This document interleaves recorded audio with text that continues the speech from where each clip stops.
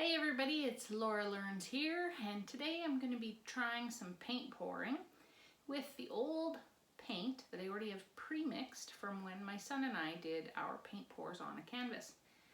My son was also trying to make some terrariums, and somehow he inherited some clay pots, or the bases of clay pots that people thought he might like to try and make like some Zen gardens in. That never came to fruition, and so I was thinking they would make great candidates for selling at my craft fair and using the leftover paint I have from my paint pours. So I'm going to give it a shot and see what happens.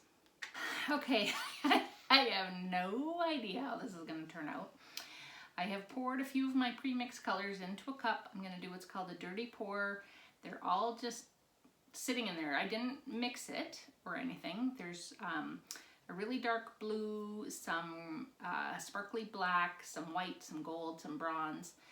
And yeah, we're just gonna see what happens. I'm gonna pour them on these plates. I'm hoping it'll drip through onto here. I can let it dry for a few days and then flip it over and do the tops and insides. The problem is if I do that, then the top is not gonna match. How the hell am I gonna do that?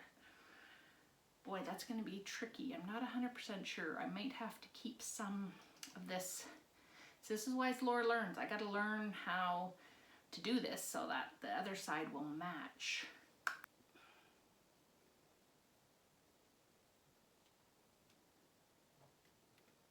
really don't need the bottom done because that'll just be on the ground, right? So pretty.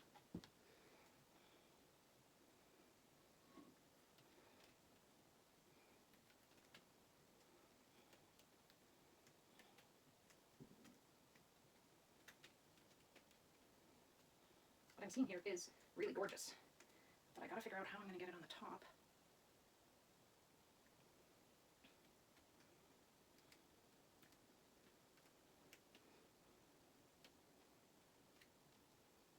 Get just a spot over here that hasn't filled yet. One little spot that needs to be covered up since I'm doing the whole bottom anyway. Might as well get the whole thing covered. There we go. Now I see there's a spot over here as well. Still got clay on it. I wonder if I have enough paint over there. Boy. Okay, now I'm dripping on this other pot, but what I'm wondering is if I need to put enough in here right now and just see if it'll dry like this. Scooching it all around. Boy, these colors are really nice.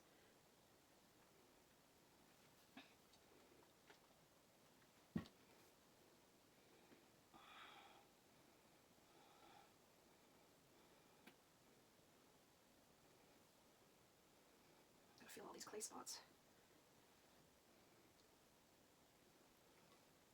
And yes, I'm getting my fingerprints sort of all over it, but a lot of that can be covered after with the paint because it's so thick.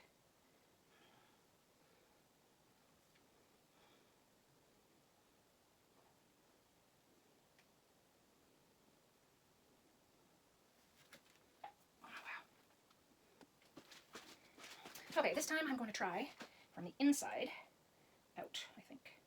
Let's give it a shot.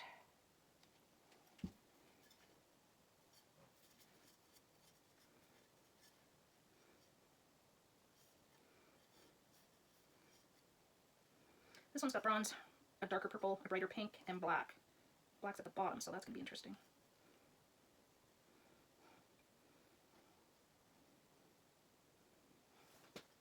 Oh, just about dumped it. Oh my god, it's slippery with the paint.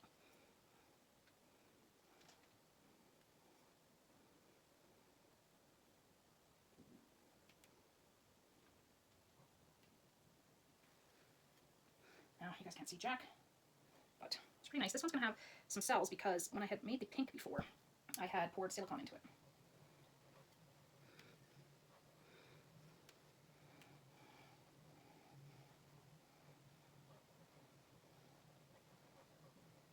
People might not want to put plants in these, actually, I think, which is an interesting notion.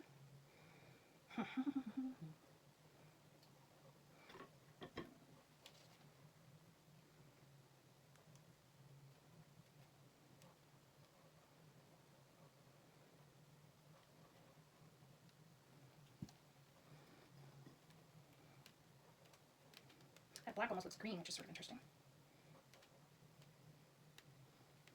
I'll keep moving in different directions because I got to cover all of the clay pot here. There we go. Oh, there's a whole side over there. It hasn't even been touched yet. Nice about this is it's so thick you can kind of take your finger and dab the spots that haven't got any paint, and it'll pick it up and it looks like it blends in. What a messy job though, boy.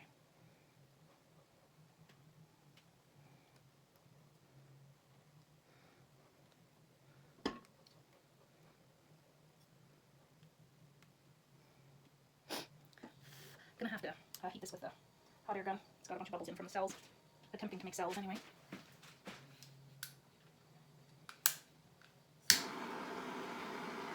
Holy, yeah. So many air bubbles in this one.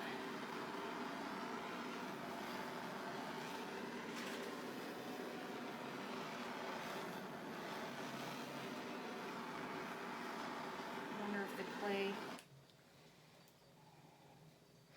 because they just keep coming up.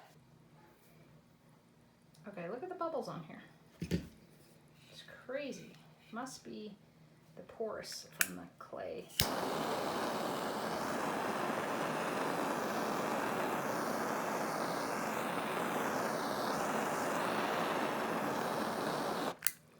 This is going to end up with some interesting texture just because of these bubbles. So I don't think that's going away. How bizarre. I'm going to have to learn about that. They are popping, but they're leaving little craters, so we'll see what happens. Here is the next batch I painted, which is very interesting to me because I poured for the base first, and I used the exact same colors when I did the pot. And they don't match really at all, but just the ratio is completely different, I think. Pink, white, and purple. You can see the purple there, but there's not very much, and the pink was stronger. And here, the purple is stronger, and you can barely see the pink. It only comes through in a few spots. So obviously my ratio was different. So that was something interesting. The inside of this one I am going to put a plant, so I did just put some paint to make sure it's kind of covered, but then the rest of it I have left. What's going to be interesting is how these things dry, and if they're going to end up with a bunch of ridges and the paint's going to come off and I'm going to have to touch them up. So I'm leaving some of the color poured in the cups, hoping that in a few days I'll be able to just touch up some spots. But this is me really learning because I've never seen this done on a video and I have no idea if it will work or not. Here I am making canvas again from the droppings because there's certainly lots of drippings.